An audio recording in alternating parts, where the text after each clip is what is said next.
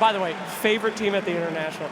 You guys absolutely dumpstered Team Falcons in the first game. Made them look like foul clowns. And you're coming out again and a very aggressive Phoenix pick into that team. How confident are you? Every team's banning the hero for one reason, and they're going to find their reason. Okay, there we go. Owie 2000. My favorite team in the world at this International, Team Falcons. You made them look like absolute clowns in game 2. But in this game, will we be seeing the same result? I hope so. Okay, gentlemen, thank you so much. Let's get that handshake. Somebody's got to go to the finals. Gentlemen, put it in. Let's get this game started. It's time to go to game 3. And game 3 has arrived as 9 Class, playing the clockwork this time around, finds his way in the middle of 3 enemy heroes as Falcons will be getting first blood and Malrine will be the one to secure it. That is maybe the best possible scenario for Falcons. Yeah, it seems who like gets the first blood. Depending on your perspective between game 1 and 2, it seems like the starting conditions for Falcons have been getting better from game to game. First, they lost all bounties, and they lost 3 bounties in first blood. This time, they got 2 bounties, and they got first blood. Oh my goodness. Actually, this time around, not starting off as a deficit is a good sign for them. I agree with what a lot of the panel talked about here. I think this is a very different game in nature to some of the previous ones we've seen. The main overlap, if I could pick one, is probably the Enchantress, even though she wasn't picked in any of the 2 prior games. It's a little bit more of that Zeus style. Chen was banned first phase, Here's a Snake, he couldn't play it. But fortunately, he could go for his Ench, who he has one of the most ridiculous records in Dota on. It's not #1, but I think he has the 2nd longest win streak out of any player-hero combination. I believe earlier this year, his 20 win streak on Ench was broken in a game. I think it was around the 20 mark at least. Kind of incredible. So he is comfortable, without a doubt. PVISION bringing something new to the table, though. This Juggernaut hasn't been played very much. They're putting 9 Class on the clock right now, so they were like, all right, 9 Class, now you're actually playing a normal position for this game. And he will start Boots, something he didn't do last game on the Centaur. He went for Workhorse and tried to play his way around it. With Boots, it is a lot easier to pull those waves and to navigate that offlane when you're playing in a deficit. So hopefully for him, he can find some more impact. Yeah, he'll advise to fight Snapfire, though. I don't think we're interested getting in there. Well, Crit will be able to play this for I believe the 2nd time this series. He played in game 1, if I'm not mistaken. His 9 Class is going to be stealing some creeps. He's going to be taking heavy damage, though, from Crit. Oh, he lost the range creep. That's not ideal on this creep. They're going to lose that one overall. As Snake King now going to get Blade Furied upon by Satanic. We'll pop the Fairy Fire. Snake King going to continue to heal thanks to those Nature's Attendants. Amar will oversee operations. Yep. He does survive. He also killed the healing ward, so nice little bonus. I believe you did say that. I did not, but thanks for covering your bases. I was being generous. Oh, Malrine. What seems to be the tradition of this main stage has been Sand Kings have to miss certain stuns. It's a tax we have added to the game. Yeah, how does this matchup typically go? I feel like Sand King can draw against any hero. If you play it like Malrine does, you're just cutting waves. If necessary, in the good matchups, you're standing in your Sandstorm, you attack the enemy hero once they're blinded, they can't really trade with you very well, and this is no different. Of course, he has a little bit of an unfair advantage from the first blood, which you know, if this is played in a vacuum, maybe Storm can pull out a slight advantage, but I don't think it should ever be more than like 60-40 on the farm. So, no one doing what he can to put that pressure. Yep, 15-4 versus the 15-0, so no denies from Malrine, but still very, very, very close in this mid lane. Ducalis again playing the Oracle with, it looks like Satanic actually went for the Blade Storm facet. I'm not sure what I've seen the other one more often in the very few games that we have seen as 9 Class gets gone on by Crit and killed off in his own cogs.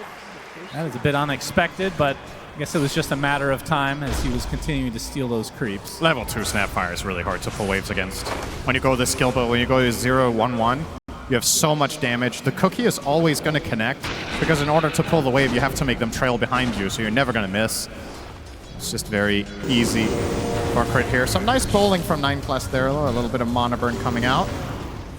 Yep. But overall, enjoys his bowling. We'll see if he's as effective as he was game 1. Of course, playing a different hero in all 3 games now. We'll see how far Snake King can get this game. Like you talked about, not only just that winning streak, but this is a position, well, typically it's a position 4 that will just get right-click items, like a Dragon Lance, Hurricane Pike, and then that's when they certainly start to hurt. There's a world here where you go a lot of auras. You can go Solar Crest Pipe. Crit, a bit of trouble, but the Rocket Barrage doing massive damage from Skeeter onto both DM and 9 class. He has to dive away. That's something you do have to worry about if you're the PVISION side. So DM, we have not seen him on the Phoenix so far this series. We have seen a decent amount of this hero, though, as an offlaner. Has felt pretty strong. Now, you are going against the little shredder of Crit, but it does feel like as the cookie is going to hit with the Rocket Barrage to follow, DM has no dive. This is a kill going the way of Skeeter. Nothing 9 class can do here. But it does feel like these Phoenixes get enough levels as a core that the little shredder only has slight impact in the game. It's very much contextual. I think in this game, between Little Shredder and Gyro with BKB, you definitely have tools of taking down the egg. I was wondering what DM was going to do with that helm, because he was waiting on his quick buy, but he does commit to the helm of the Dominator instead of potentially going Veil. Yeah, not too surprising. Promise broken, it seems, yeah. Well, Estini, in his defense, he was already out on the stage, and when you've left the player booth, you can no longer talk to the players. That's true. So they might not know that there was this... Yeah, maybe if they check their voicemail, they'll see a message. Very important, but... Check him PC. No one now level 6, along with Maureen. Are you expecting a slower start to this game, or... Like, how does the Juggernaut play? Like, you go for a farming item, and at what point do you join the fights? It varies a lot from game to game. I think there's it's a hard question to answer. Whoa, hang on. Oh, surprise! Storm got away. I don't know why I got excited. Yep. I think it's a hard question to answer about Jug, because a lot of how this hero plays very much comes down to how other lanes go. I think it's one of the less obvious carries. Because in my experience, it's small margins that you're making your moves on. Some other carries are just way more overwhelming level 6, and it's just obvious you want to go through the gate and put pressure, or others are way more passive where you're clearly staying in your lane and going jungle. Jug is a little bit of both, where if there's a good opportunity, you can play around it, but I think a lot of that comes down to how good DM's game is going to be. You want to rotate to a Phoenix that's ready to fight. Some trouble. There we go. No one shows up. The cookie, the Cog's actually on the outside. He gets hit by another one. A big dive coming in from DM, and they will clean up Skeeter. As 9 class, one more right click, so there is a trade of sorts, but Maureen actually walked up here, I believe. Late to the party. Yeah, a little bit too late to find a connection. No one is relatively low on mana, though. Oh, can Crit get this? He's going to try to go for the 7-minute There's no way he just walks past and gets this, right?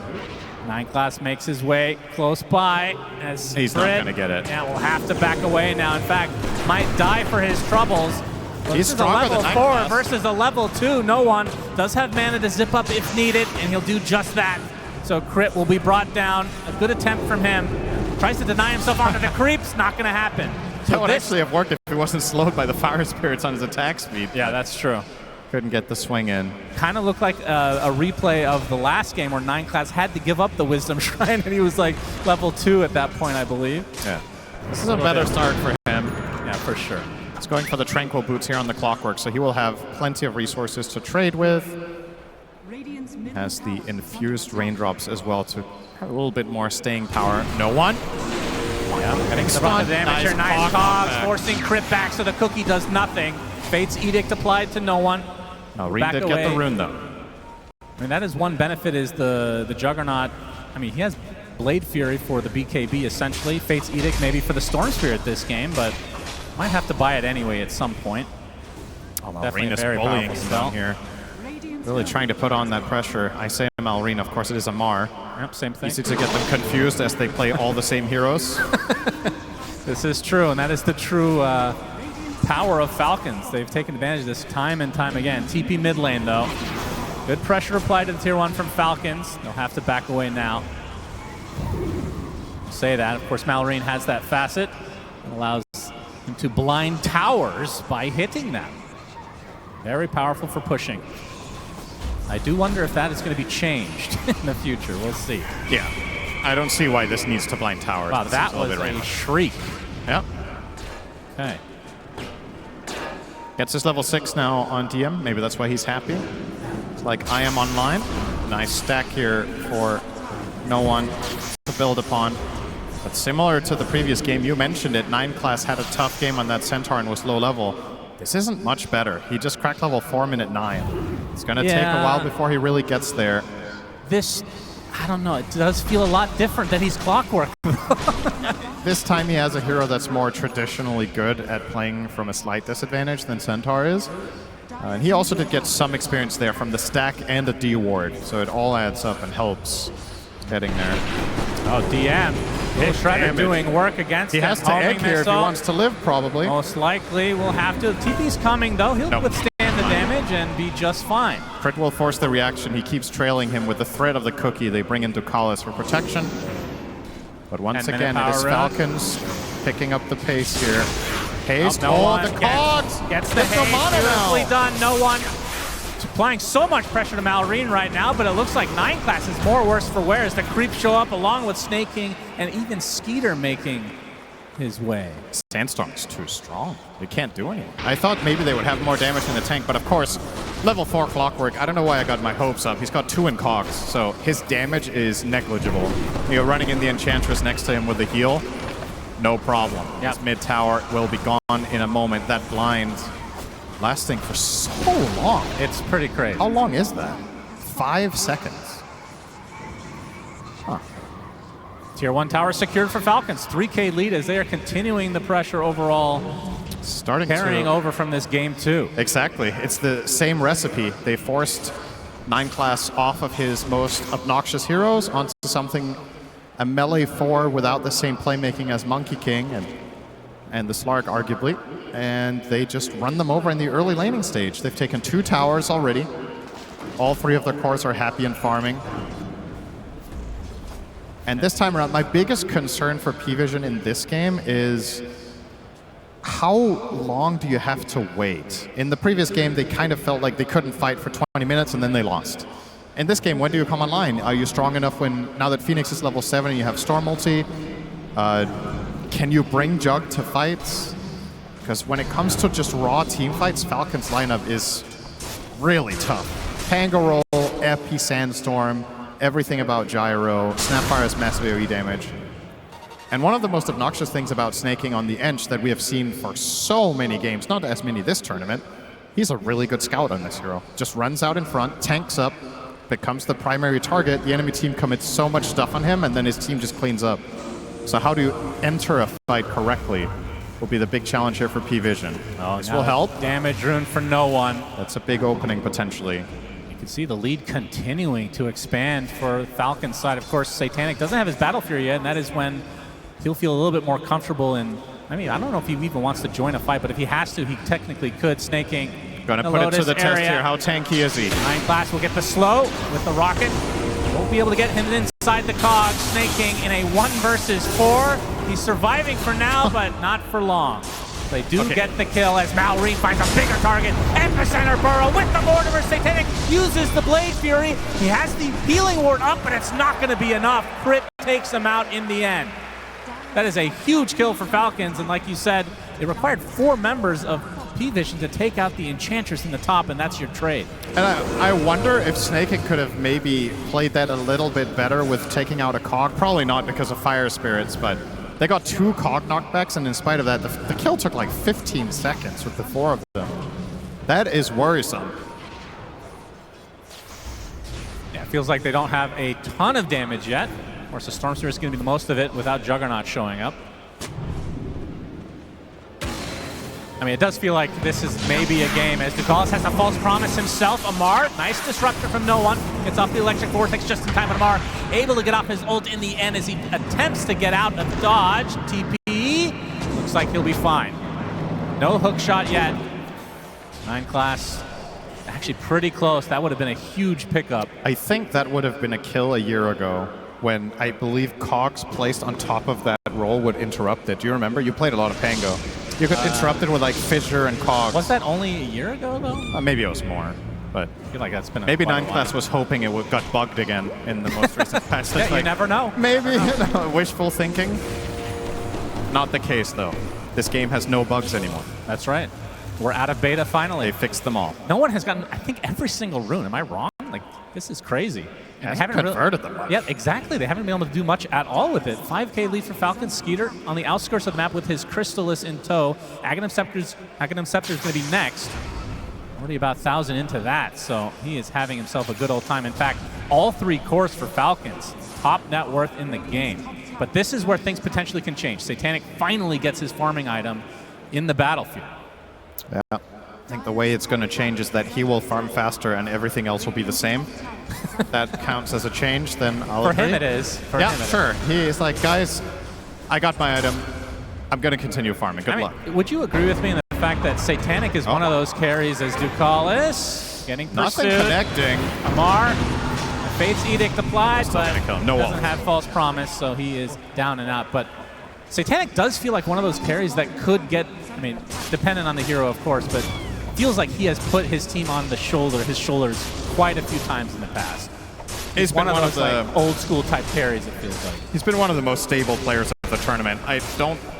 I can't really recall any game where I was like, man, Satanic really dropped the ball in this game. Like, he's had games that are tougher than others. This could be shaping up to be one of them, but it begs the question, how much could you really have done with the hero you were playing? If he was convincing them to pick Jugger and it turns out there was a bad pick, then maybe you could talk about that, but his overall play in the game so far has been quite solid, given the circumstances. As we are looking at that about 5,000 lead for Falcons, worth noting, almost all of it is in supports. There's a very big lead. Ench is 1,200 ahead of the clock, and Snapfire about 2K ahead of the Oracle. So the brunt of the lead is in those supports, which is worth keeping an eye on, because there's going to be some extra utility items. Satanic has to use the Blade Fury. Amar continuing to roll. We'll focus on the support first, it seems, as the epicenter reserved for Ducalis as well. Oh, he's not done yet now, he actually does get clipped by Amar. Uses his shard as well, Satanic. He's going to get some help in the form of no one, though. Amar maybe overstepping his bounds a little bit too much. Calls down, though. Skeeter makes his way over. Amar blocked off now. Gets the hook shot from 9 class as well. Amar looks to be dead. He's so much damage applied to him. Now no one will drop as well. The kisses raining from above. Crit. Double kill. 3 for nothing. Falcons somehow lose no one. And so do PVISION. I knew you were going to do that. That is... Oh, that's the dream fight. This is the dream fight for any hero that can generate barrier, is that you tank all of the damage and then you get a very last second barrier off there.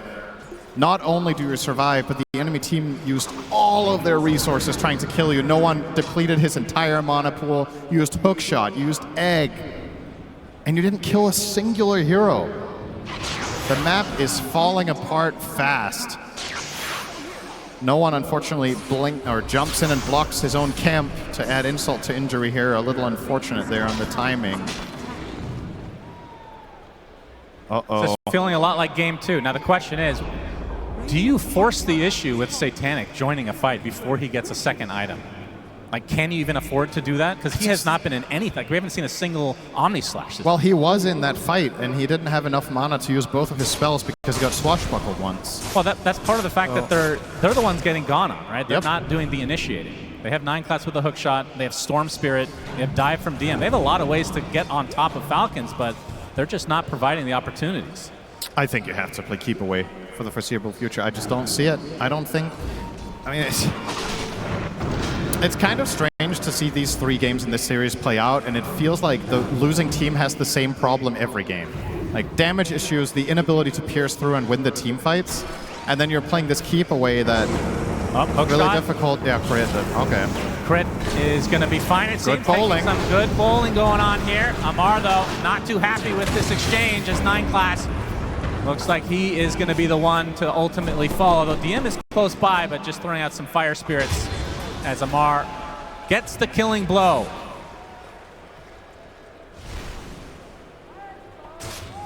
This is going to be Ducalis TV for the next 10 minutes. If you want to look at some riveting support gameplay as an observer right now, you follow the Oracle and you notice how close he stays to Jugger. He is going to literally just stand behind him everywhere he goes, because there's no better play.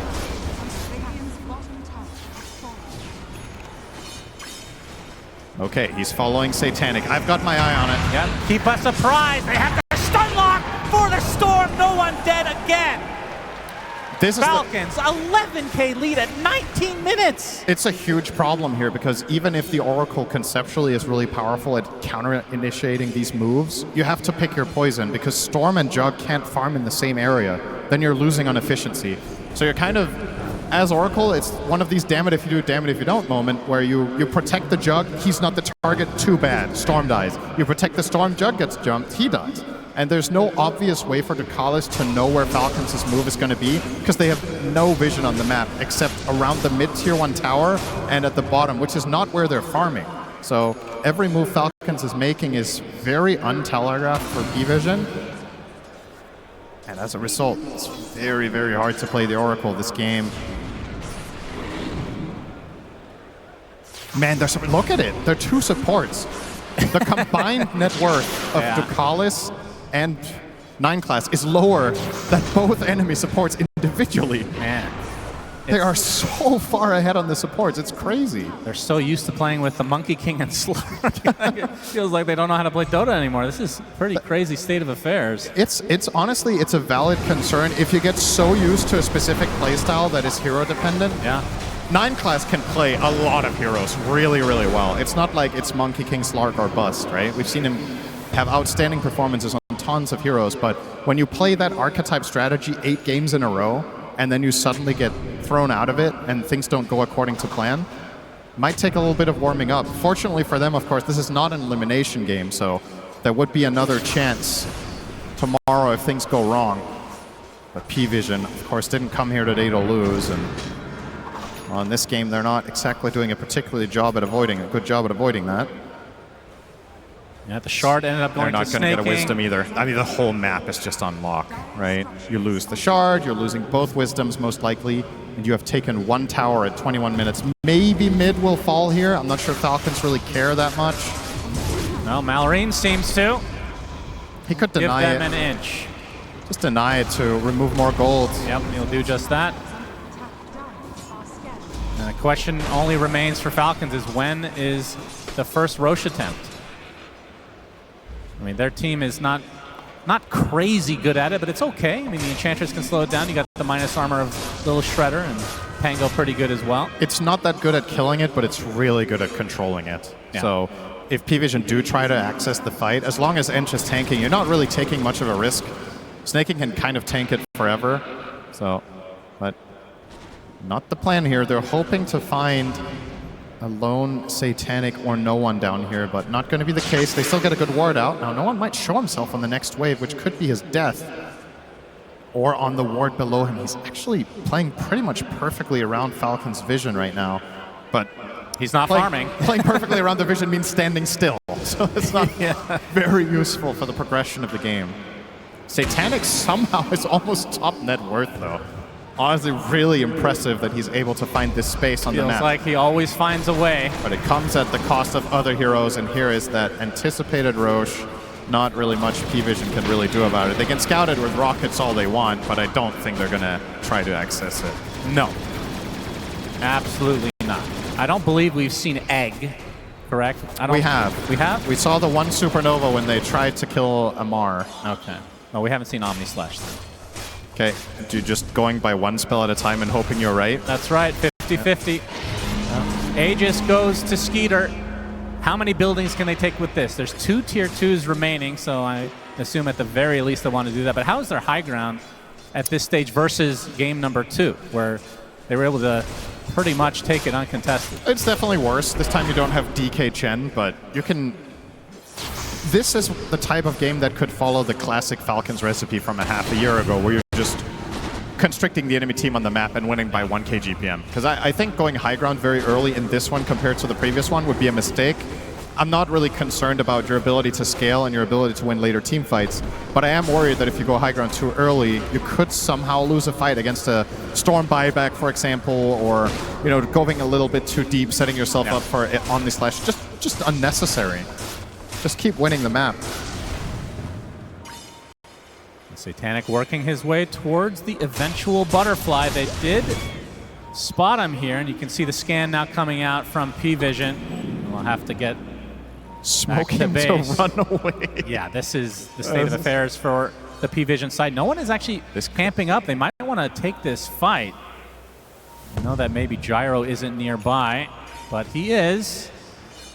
Satanic, he's going to show himself. Now we'll attempt to run away. Skeeter's trying to wonder if this is a trap of any sort, but they don't have to worry about like black hole, anything like that, as Amar won't find no one who will be able to TP out. So just trying to keep things at bay from the PVISION side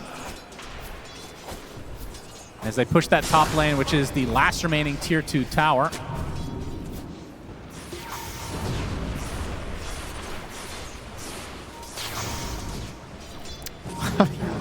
I'm just looking at Skitter's inventory. Okay, there we go. He's swapping around. He had a backpack BKB instead of wand. Oh. There's some efficiency there being lost. Doesn't matter, though. Okay, maybe they just go for it. I mean, this is... Ducalis attempted TP. Ooh, does get out. Wow. Very close. Okay, is this a siege or not? They could just be pushing in the waves and keeping control. They are posing like they want to force something. And, well, Skitter is a little bit timid, but here we go. Now, homing missile right now onto Satanic. Sagging himself from Skeeter. They're going to get the sunlight. There's a lot of damage. There's the false promise on the Satanic at the last moment. And that required very little from Falcons. Yeah, they used a homing missile in a cookie. That is insane. And now the high ground attempt. They do not have healing ward as it's about to run out. They don't have false promise anymore. As Amar jumping in pretty deep, gets the swashbuckle, able to bounce down to the low ground. Skeeter is getting a little bit low as the Mortimer's Kisses onto 9 class, but the Fate's Edict will be able to mitigate all of the damage. Now BKB online for Malrine, yeah, for now. And that Aegis, I mean, it's still 2 minutes. If we get some Nature's Attendance for Skeeter and maybe have a round 2. But this will buy some time for Satanic to get that butterfly. Does feel like that is certainly not enough. He needs that and Ags, then maybe. The Ags does feel... I mean, we saw Chrysalis play it without Ags, which I wanted to talk to you about, because... I feel like that was a mistake in that game, personally. It feels like Jug is so hard to play without Ags. I would agree 100% with that. On a pro level, I think it's almost an essential item every single game, but... There's always going to be outliers. I don't think that game was the case. Spotted along with Snake King. This is going to be a good pickoff for PVISION. It's something. They get a kill. Amar. Oh, he's going to take an Omni Slash with the creep on that. And he bounces back to Amar. Satanic completely snipes him. RNG gods in favor of PVISION for that particular moment, at least. They did a good. Let's see how much time this buys. I mean, that's basically the Aegis, 45 seconds. Yep. So PVISION showing some life in this game 3. Falcons are in a position where this is not that big of a deal, but... Malrine, Epi, on to Ducalis. Satanic Blade fearing away. Has the butterfly at base.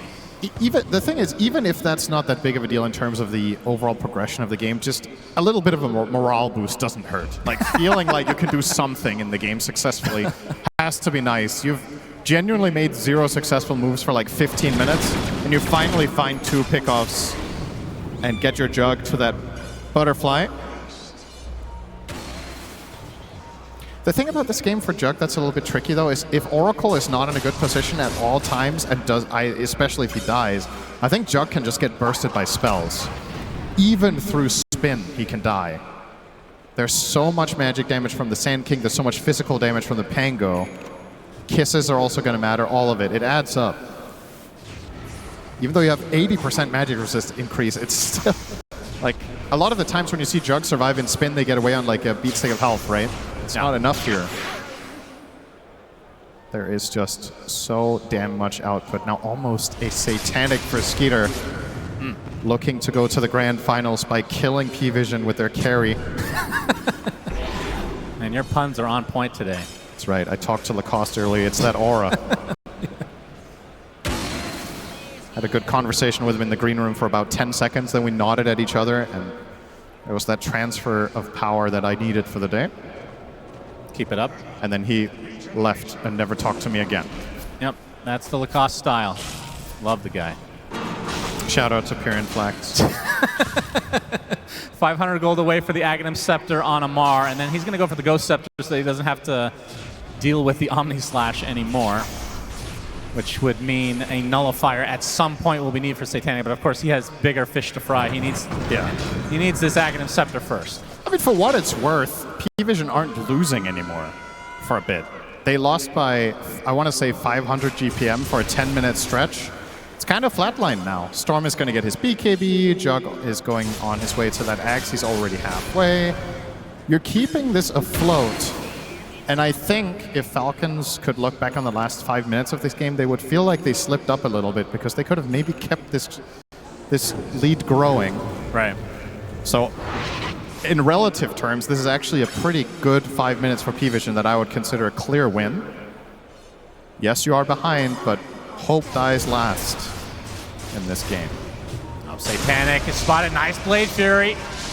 They're going to continue to pursue, though, as Amar with the Rolling Thunder will eventually catch up. Ducalis is there. Healing Ward placed. They're going to get some more TPs potentially. There's the Omni Slash, so on top of Amar. There's a lot of them applied to Amar himself, but the Cookie's going to help him survive. Satanic does get the fall from the blind, as no one will try to zip to kill off Amar, but this is not going to be enough mana. Amar, so much shield, so much Lotus, he's going to be able to heal through it. No, does end up going down to be the cost of the Oracle, though, as Malrine. Big hook shot from 9 gets 2 stuck in the cogs. 0 follow-up, though.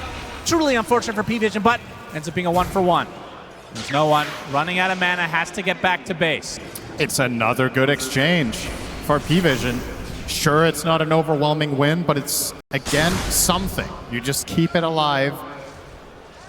You don't have to win a big fight to come back in this game. If you can get even trades or slight victories here and there, we're approaching the point where Juggernaut can start actually becoming scary. The problem for this hero in a lot of the games that we've seen in the last half a year to a year is you kind of, sometimes your power curve is a little weird. Like, you can be good in some lanes, then you enter this stage in the mid game where you're like kind of meh. But when you get to 4, 5, 6 items, this hero can be a complete beast. One of the few carries that can also kill a hero like Ench in a matter of seconds, which could matter here. We've seen so many games where Snaking ends up winning the game for his team by just soaking up abilities and not dying. Juggernaut, not a problem. He's going to cut through Ench in a few swings with the Axe, which is now complete. Yeah, Swift Slash next. Ready. So Malrine has the Ghost Scepter against the Jug. Amar, like we talked about, that's the next item for him. Does Juggernaut have to get, does Satanic have to get the Nullifier, or can the Phoenix actually get it? That could be a potential pickup. I think the Phoenix one is just too difficult to pull off. Like, you have to be able to be in range for the target that Jug is on. So realistically, he probably needs to get it himself if he sees enough of a problem. Malrine going to be able to get the Burrow Strike onto no one, but there's the false promise, keep him alive. And the egg from the low ground, no one will be able to zip away safely. It's a big Omni Slash. Snaking is destroyed, but now Satanic completely isolated from his team. Burrow Strike now right on top of him with the cooldown to follow, but he still had the Blade Fury. That's doing a lot of damage thanks to the fact that his Skeeter getting gone up by no one. He's dead. And now the Sunray healing everybody up the Mortimer, so double Burrow Strike, and now Falcons will be able to win the fight in the end. 4 for 2. It looked pretty good for PVISION, but they just run out of steam at the end. Finally, an unpredictable fight. I think neither team really understood the state of the fight. They're just going in there, throwing in everything they had. The key difference maker in this fight is Snaking separating himself from the gyro, eating the Omni Slash alone and dying. If he does not create distance from Skitter there, he just dies with Satanic ready. He would have had no target to hit. Look at this replay. Yeah, so first of all, that Rocket Flare going to cancel off some Blink Daggers and the nice save from Ducalis, but keep your eyes now on the Jug. Gets off the Swift Slash, and then this Omni. If Snay does not get over here and end that Omni, Skitter is dead on the spot as well, and the fight is just over. Now instead, Skitter gets to get all of his output through, and tanking no one for a good amount of time, giving his teammates additional space that was needed. And the kiss is just beautiful now. Good spacing from Crit, getting a lot of impact out there. And the grand prize will be an Aegis, but this one is not going to go to Skeeter unless they kill it slowly. He's not able to take it. Well, they are definitely killing it slowly. This is Amar out of the pit, so I guess this is deliberately delaying it. Looks like it. They want that Aegis on the gyro. And Skitter almost has the Daedalus as well, so a big level up for the upcoming fight. Skeeter will get the goodies. Roche banner as well for Mr. Snaking. CEO Gyro arriving, taking the credit for all the team's hard work. Yep. He dies, they win team fight. Good stuff. Satanic looking for the Scotty next. Do you agree with that? Obviously, a very good item, but it feels like in these stages of the game, this item could make or break their potential for the comeback. These ones are really important. I would kind of like a refresher, honestly. Okay. I think the problem here is that he's going to throw out his Swift Flash and his ult, and then he's going to struggle to stay in the fight after that.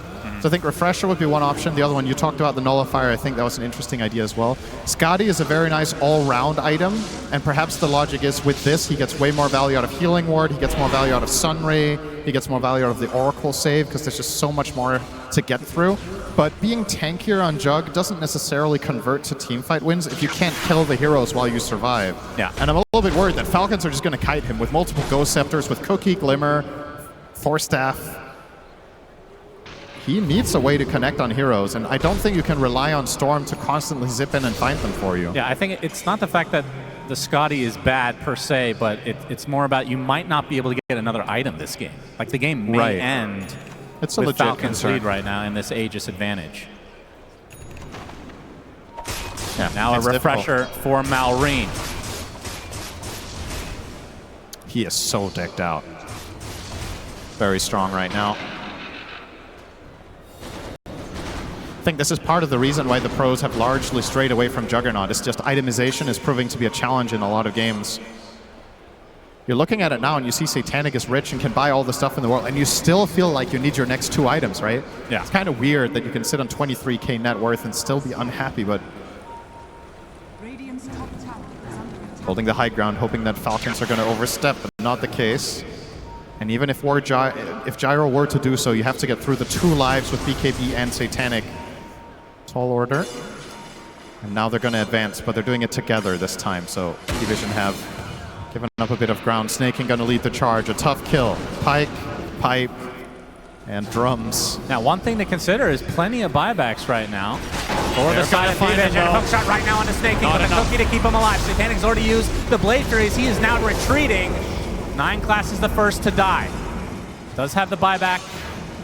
See if PVISION want to continue. Likely not, as no one going to push the waves. And he is going for a big ticket item into the Aghanim Scepter. The blue hole, as we like to call it, DM. Let's take some damage, but we'll get back to base. That Enchantress situation is the perfect example of just standard Snaking. Satanic. He spotted out the zip in.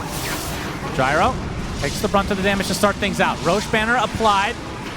Only 2 hits away from dying, which would be pretty big. There's a fortification to start things out. No one zips in, gets it, and exits it very successfully. And now the creeps can die, but the tower will fall. Minute 40 on the Aegis. Falcons not having as easy a time going high ground as we saw in game number 2. Satanic extremely scary, has 4k in the bank as well, so very close to his next item. And no one could buy the full axe if he wants to take the risk and not have buyback, which... Buyback Storm is so good, though. It is. The axe could also lead to a big fight, though. You kind of feel like Falcons as heroes a lot of the time are kind of stacking on top of each other. 9 class. Oh, that was a Swift Slash, actually. The Ghost Scepter comes out. Yeah. I've got my eyes on Satanic's itemization. He hasn't changed it yet. You saw the Ench attempt. He doesn't feel like he can Omnislash because the kill takes too long. Ench is going to pike away. Maybe you jump over to another hero with Ghost Scepter and then you're just dead. Yep, Skeeter going to secure the range barracks. Can they get the melee? 45 seconds on the Aegis right now. Homing missile, it will hit. It's going to take considerable damage, but there's a Fate's Edict. Mitigate the rest of the magic damage. Swift Slash. Skeeter, there's the epicenter. Burrow Strike combination from Malrine. Ghost Scepter's not going to help 9 class. First to fall. No one already popping the BKB. Might suppression out of the gyrocopter. 30 seconds on the Aegis. No creeps though, so backdoor protection is here. Do they have enough damage to actually get through this barracks? Finally, it comes to be. And Falcons gets their first barracks of the game. Outworld Staff is just something else against Jug. True. It's such a hard counter. He Swift Slashes Skitter. Skitter presses 1 button and then it ends the Swift Slash or the Omni Slash if there's no secondary target.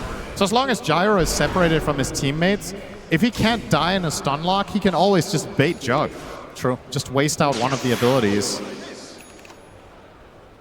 An item that we generally see a lot of pros pick up in a lot of games, and a lot of the time, honestly, it feels like a little bit underwhelming. But against Jug, it's so easy to use correctly. I think part of what makes Outworld Staff interesting is the skill cap of it is very, very high. It's kind of like old Monkey King Mischief, where you're trying to dodge, you know, one attack at the perfect timing or whatever. Well, similar to Mischief in general, I should say.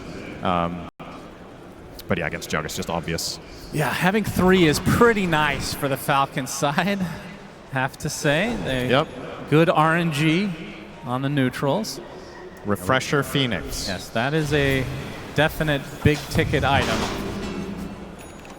And no one actually opted to finish Parasma instead of going for the blue hole. Okay. I think the call they made was we don't have enough damage to kill a single hero. We need the damage from Storm. Yep, Swift Slash actually baits out the Outworld staff. As no one zips in, zips out. He can't go on anyone. They have 2 good formation and good spacing here. Epicenter, that's a lot of damage. Can they get the saves on the Satanic? Gets off the Omni Slash at the last moment. He's isolated for the rest of the team. No one pops BKB on top of Snake. He's going to be the first of all. Satanic in a lot of trouble. He has a false promise supply. Will attempt to get out. Mortimer's not going to reach him. Malorine's super low on HP. For all that, it was a 1-for-1 with a buyback coming up from Ducalis. Satanic back to relatively good HP levels. The zip from no one won't find one support, and Amar gets away safely. That was such a heads-up play from Malrine, but just not quite enough. He manages to find the angle through the Jug and threatening Oracle in the backline at the same time with the Pango. So Ducalis has to ult himself, but Satanic does live through it. That time around, the Scotty made a big difference. I think he might have died with a Nullifier, for example, needed the extra tankiness. A small little detail, obviously they have the tools to deal with the Omni Slash, but when they grouped up, the cleave is no joke on the Omni Slash. That was a lot of damage coming out from Satanic. Part of why the Axe on Storm could be interesting too, but I understand no one's perspective of buying the Parasma, because you're kind of struggling to kill a singular target that's isolated, and that's what Falcons is taking advantage of. So if the Storm has that extra bit of output, perhaps you can bring down the first guy and break the fight open. He's not far away already, so 3,500 gold in the bank. Of course, buyback is a very important thing to hold on to. If Falcons were to find Ducalis now and kill him, it could end the game to kill the 5. Because I think the only reason PVISION can defend in the fashion that they are is that there's constantly this false promise on backup for the Jug. Otherwise, you can just pile on him and kill him with everything you have, but they're unable to. Ducalis' buyback being forced there, though, should open up the map. Now you have to play exceptionally carefully as PVISION. Tormentor will go to Skeeter. Yeah, that's all 5 shards now for Falcons. I don't know where I'm at right now with no one, if you should buy out or save buyback. I kind of feel like you have to all in and buy that Axe and hope for the best. Satanic is queuing up MKB in an attempt to try to deal more with the Gyro. Guess you could make a case that Gyro is not your primary target this game and you're trying to break open the fight by killing the other heroes, but again, the problem, the Ghost Scepters, they got 3 of them, and Ench has Outworld Staff. It's not easy out there. It's about to hit level 25, though. Because you don't really have a solution to the Outworld Staff at all, because Nullifier is not going to do anything. All you can do is stun lock. Send an email to Gabe Noel. It's the best solution you have is to try to make a case for it. I have to say, the Outworld Staff, even though I thought it was going to be a terrible item in this patch, everybody's going for it. It's felt underwhelming, but against Jug, it's just so good against Jug. It's just a hard counter. It's the best hero in the game to have it against. So, unsurprisingly. That's why he hasn't been picked that much. Now we know. It adds added to the pile of problems, right? There goes Roche. Yep, another Roche for Falcons. Aegis, Cheese, Refresher Shard, Roche banner. Who do you give the shard to? Probably the Pango. Yep. MKB is what Satanic went for. And they already have a wave all the way down here, so I think this is just straight up to the high ground. Skitter is going to perfectly line this up with a level 25 as well, get the additional flak cannon attacks, or the cooldown rather. So now that's down to a 16-second cooldown. A lot of pressure about to be put here onto Oh, PVISION. yeah. Can they hold? This Lots is of the buybacks available. biggest moment of the game. This is such a hard defense. Oh, the force staff nicely done onto the gyrocraft. He's in a lot of trouble taking full Omni Slash. Skeeter able to get the Outworld staff though, and 9 class is the first to fall. Big Egg with the Sunray, but Skeeter is being able to heal through this quite easily as Malrine does get stunned by the Egg. Now gets Cookie to the low ground. Falcons A-OK. Force the buyback on the 9 class. Now they can reset. Roche Banner will be cleaned up. There's a damage rune in the bot side of the river. Not sure if they had vision there. That was egg number 1 and a buyback on Flock. So now both supports, really good targets for Falcons to take down. And they will spot it. And they will bottle it from Malrine. So likely to wait for the epicenter to get back. You got the Dazoon blood right, by the way. I'm not sure if you mentioned that. Luckily for you, I did not. Extra AoE for Malrine. Probably the best tier 4 possible for this hero. I think in this game it's the second best. I think the best one is Outworld Staff. Yeah, maybe, actually. But Can't in have general, yes, this is the best. All right, well, no one. Yeah, definitely holding on to his money for this buyback, for this eventual push, this next 3 minutes that Falcons have to work with. He got his 25 as well. PVISION, despite being 27k down, are starting to have a lot of damage, as a matter of fact. So now Jug is almost 6 slotted. The Storm 25 is a massive improvement. You got 2 Supernovas. The main problem is that your supports offer so little. I mean, look at the pitiful net worths in this breakdown. It's kind of unreal just how far behind they are compared to their counterparts. So they don't offer that much. The cores, even with this deficit, I feel like can put up a fight, but can you protect the supports? If they die first, the game might just end. 25 there as it well is. on Amar. There it is. Aghanim Scepter for no one. Blue hole ready to go. He has 2,500 in the bank, so buyback still intact. Skater now. They have the 1 lane. He's going to take the Electric Vortex. A lot of damage, actually. He's dead. That's life number 1. Falcons need to be ready. Rolling Thunder coming. Malrine misses the Burrow Strike. Gets the epicenter off, though. The Satanic easily to be able to clear. It's a beautiful egg just in time. No one, they kill off the egg. Double kill for Skeeter. And now the pressure applied to Satanic. He gets off it. Big Omni Slash. Actually kills off Malrine on the other side of the screen. Somehow, a huge blue hole onto 2. And somehow PVISION is defending. Snake, he goes down to the blade form as Amar, the last remaining member of Falcons, will TP out. Some way, somehow, PVISION defend. There's your damage. That bounce on the Omni Slash was absurd. He doesn't have a blink dagger, so I thought for a second that he blinked after Omni Slashing. That was very fortuitous for Satanic. I think seeing that, maybe no one should buy his shard too. Like just full on, jump in, pop everything, just blast them before they can even react. That's scary stuff. I mean, look at this first kill. Yeah, they kill him so fast. This is without using Swift Flash. It's just attacks. I think Falcons just did not expect the damage to come out so fast. Malrine is stunning heroes that aren't in the game there. They did kill off the egg really quickly, but the buyback obviously helping out big time. Look at this jump. Look at this jump. On all the creeps, they're fortified. That is crazy. And the blue hole to finish the job. I will say, though, in this situation, Falcons did actually not use their Outworld staffs all that well. Malrine used it outside of the Omnislash, and then when it came toward him in the end, he had it on cooldown. Trying to use it in anticipation, perhaps, of Satanic going for him, you have to hold it. You have to wait and try to clutch it up. But there's so much to keep track of in these fights. Gotta be careful you don't waste it. But what a hold. PVISION. Now Satanic is gonna get that refresher soon. He has the gold for it. Might just synth his Ags first into a blessing. How much is he missing for that and buyback? It can't be more than like 2,000, which sounds like a lot, but really isn't at 48 minutes. It's quick to farm. This game is... Yeah, this is shaping up to be a good one now. This is pretty close, honestly. 16k lead, I think it's It's largely inconsequential because the 16k lead for the most part is sitting on the supports, and in spite of not having those big items on the supports, they're still getting their spells off every fight. Ducalis has good positioning, they get off every single hookshot cog combination. 9 class manages to find impact with very little.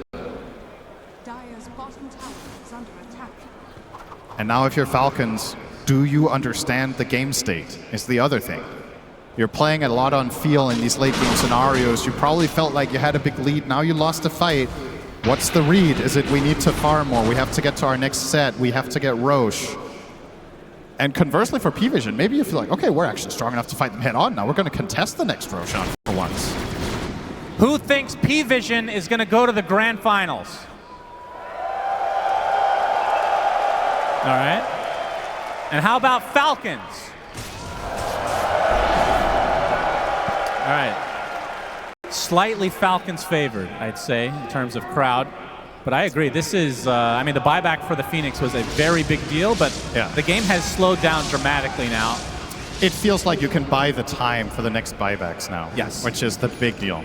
Because you're looking at this Phoenix, and yes, there's room to grow, but essentially for the key part of this game, DM has everything he needs until the game is over. He has 2 Shivas, 2 refreshers, 2 ultis, and almost level 25. Everything after this, it's nice, but it's not necessary.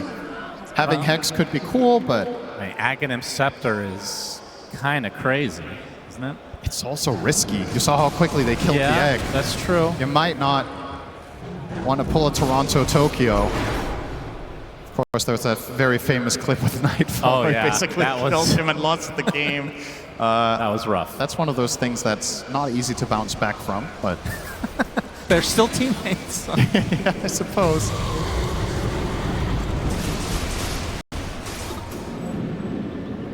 All right, so looking at Skeeter, I mean, I don't even know what you can do here. You replace your boots, I suppose. He looks like he's going for Manta style, so to try to mitigate a little bit of the Omni Slash. Generate more targets for Jug. All right, I know we're not there yet, but I have to ask a question. Tier 5 items, do you keep the Outworld staff? I'm not kidding. You get Helm of the Undying if you get off. Well, okay. Well, sure. If you're going to get something completely broken, obviously. Yeah. Maybe you replace it for Sister Shroud. Oh, yeah. That's a classic. I think it's better than some Tier 5s in this game. But I would say, let's see. It's depending on the hero, you definitely want to get the Helm of the Undying, I think, on all of them over it. Yep, of course. Aside from that, Fallen Sky can effectively perform the same function, right? So that's also a nice replacement. Book of the Dead, more trash for Jog to jump on. True. I mean, you laugh, but it's queuing up Manta. That's the only reason. That is true. Smokes on both sides. Invis for Malrine. Another rune about to come. It will be Arcane. No one Arcane. Oh boy, he's going to start this out right off the bat onto the Sand King. Sun Ray applied as well. Will burrow to the high ground. Gets cookied for safety's sake. Now, the roll was actually very deep for Amar, but doesn't look like Falcons want to pursue. They have that mid lane as no one. He's onto him. He is. He's getting low on mana right now. There's the epicenter burst right combination. Mallory coming in to get the bash as well. This is enough. There is no one. He zips away, but out of mana. Onto the hanger. The Mortimer's kisses, but the Fate's Edict will heal him. And now he is going to be A-OK. Can PVISION now turn the tide onto Falcons instead? 9 class. Running up front, gets the cogs onto Snake King. Bounce left, right, and center. But Bambi gets away safely. Oh, that was really close for no one. He gets saved by the Fate's Edict. He gets a big Lotus as well, if not 2. That transfusion really helping, but nobody dying in that exchange. Amar with the bash into the Abyssal. The Fate's Edict supply though. Now there's 3 members of PVISION nearby. He uses the Swift Slash. Satanic still with his ult available. Has the Refresher as well. They're going to back away. This is super tense. And now an Abyssal Blade finish from Malrine. They just want to bash Satanic. It is so hard for Satanic to use his spells correctly. He's playing into, let's see how it's that, 3 Ghost Scepters, 2 Lotuses, and 3 Outworld Staffs. Like, how do you use your spells reliably unless they're used on a stunned target? The risk-reward. Yeah, those Lotus Reflects can be brutal. Now with the refresh and the blink, perhaps he can just brute force his way into it. Roshan, a huge belch that everybody can hear as PVISION attracted to the sound. Yeah, Battle Fury has been backpacked finally. As the Blink Dagger will eventually be a Swift Blink, but obviously wants to keep... Well, trying Satanic. for the rune here, Yeah, Satanic. It is a haste top, so nothing super consequential at this stage of the game. 3 gems in the game right now as well. So it's 2 Abyssals as well on the Dire side, so 2 times the lockdown in attempts to kill Jug. Effectively, their entire itemization is against 1 hero.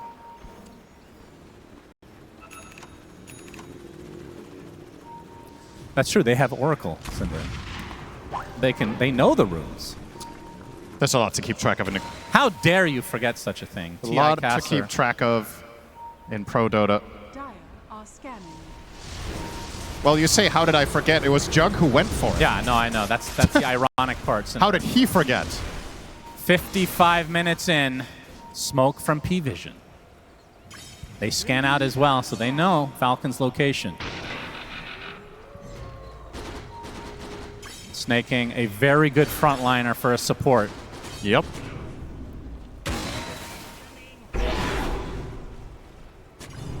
Feels like an item that we could have seen in this game was Wind Waker. Yeah, for sure. There has been 0 of them purchased yet. And I don't think you have to worry all that much about the Oracle Purge, because he's going to backline a lot on Ducalis. It's not easy to get in for the offensive Purge. But nobody's queuing it up. Jump in. Oh, that's a big obvious act with a lot of damage. Down goes Skeeter. Finds back, but there's the Abyssal Blade now out of the storm. They have to bash him again. No one is dead to Malrine now. Amar doing so much work in this fight. They're not going to buy back out. Honda Skeeter. Satanic in quite a bit of trouble. Will pop the Blade Fury, getting healed up. Will be able to get out of dodge as a result. They lose 2, buyback on 1. That was a huge kill on a Skeeter. Obviously has buyback available, but doesn't want to expend it unless he needs to. Can PVISION try to force a fight? Crit. Honestly, spotted high ground. Icy Veins not buying back there. A really tense moment. I feel like a lot of players just insta-click the buyback and take the fight, but stays patient. However, this would be a big grab. This. Yes. If it's scouted by Falcons, does Skeeter buy back? It's already at half health. They're running out of time here. There's a lot of shit inside Roche. Yeah. 9 class, known to be giving some constipated. vision. Oh yeah, he's big time. He's about to blow. Snaking, gonna get some vision, gonna get his heal off to start things out. Gets the vision back. Satanic gets the Roche. There's still goodies inside as the Epicenter's about to come, I believe. Amar with the rolling thunder. Stuck inside the cogs. There's DM. Pops the refresher. 9 class goes inside the pit. Uses the shard to get out. So in the end, they do get all the goodies from Roche as PVISION. Despite being down and out, it felt like early on. Now, quite possibly might be at an advantage despite being 20k down. Do have to worry about this mid lane though at all times. Do not believe the graph. It is lying to you. This is not 84% Dire. Are you kidding? I refuse to believe that they're a 6-1 favorite in this game. This feels like a 50-50 to me. Man. That is crazy. Maybe he has brain lag. Few minutes behind. 15 maybe, 20. Okay, no one is going to get the refresher shard from that Roche, so now this next fight, the amount of artillery that PVISION have is insane. It could become a little bit problematic here for Falcons to defend their primary targets at this point. When the damage is getting this crazy, you don't have a hardcore, reliable save like the Oracle, Shadow Demon, you know, something like this. You've got a cookie, which is nice and all. But the damage is going to be quick, and this makes it even worse. Perfect rune for Satanic now. Oh my god. The amp damage. You've got to look for trouble here, surely. You've got 3 minutes on the Aegis, the double damage in your bottle. Holy jeez. You just need to see anyone and jump them with a stun, and they just die in the blink of an eye.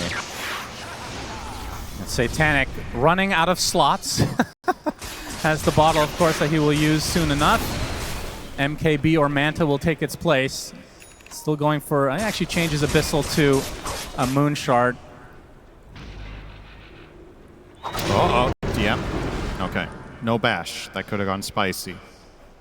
Yeah, Has the DM. travels 2 now, so he can deal with bottom and still connect to an eventual fight.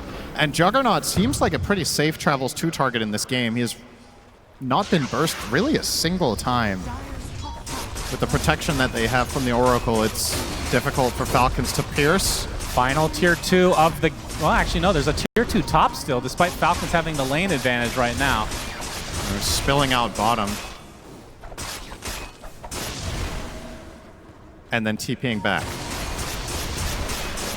A strategic move like we've never seen before. Unbelievable. We are 30 seconds away. I've been waiting the entire main event for this, Cinderin. The tier 5s are coming. Can we get some tier 5 cheers in the crowd?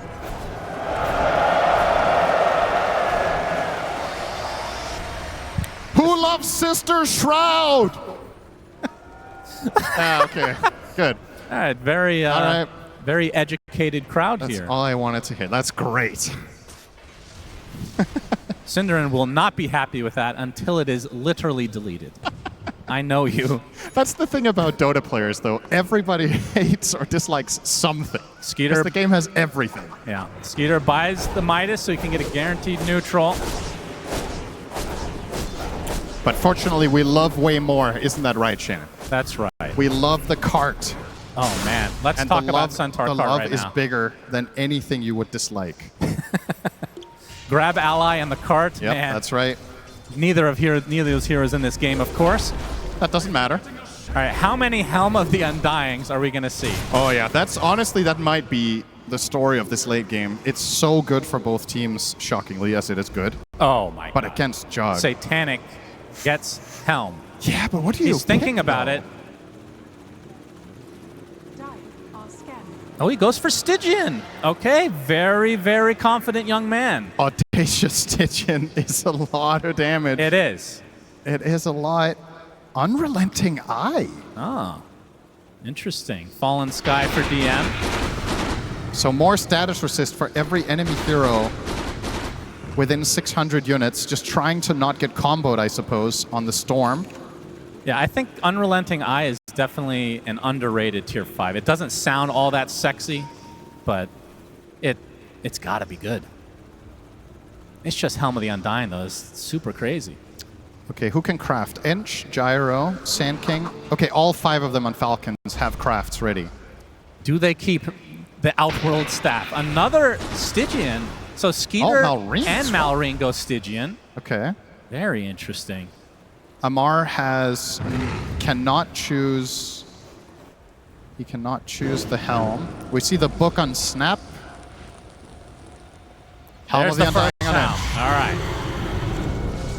Arguably maybe the least impactful one they can get because the spells that Snaking offers after dying are Yeah, another Helm of the less Undying critical. for 9 class, so 2 supports have it. This is a game where recrafting could become a real thing, though. Well, full smoke from Falcons. They have 5 out of 5 tier 5s. They're not going to find any opening, though, unless they want to go straight for the base, which is obviously quite the risk. Well, maybe an opening onto the Clockwork. Snaking, going to be blocked off by the shards, though. BKB already popped from no one, applying all the pressure he can to Malrine, but he's going to be able to get out just fine. Satanic already used the false promise on him. He's going to put down the healing ward. Feels like a win for Falcons in terms of that small engagement. 9 class though, homing missile, swashbuckle to follow. That's a lot of damage from Amar. Using that ult as well, right on top of him. He's dead. Oh, on Helm of the Undying is there, but Malrine gets off the episode and the Burrow Strike onto the Phoenix. Can they get the stun lock? Can they get the egg off? Yes, he does with the sun ray to follow. Do they have the damage to get through? Do they have the rack? Bang on, there's slash from Satanic. The egg is killed off. Fire Echo, the reflected Lotus. And Skeeter now, they have the numbers. They have the numbers on the Satanic, and he's dead. Has the buyback, though. Oh my god, I think he has another misclicked. egg at his disposal. I think he misclicked. He Swift slashed the Lotus first, and then he Omni slashed the same target. I think so, at least. I mean, it's hard to keep track of everything in those fights, but they both definitely got reflected back to back. Satanic stuck in an anime teamfight loop. And that's Nobody now died. BKB No for one? DM. Oh, no one. Able to zip out. They have the buyback on Satanic. They do not have one on 9 class, though.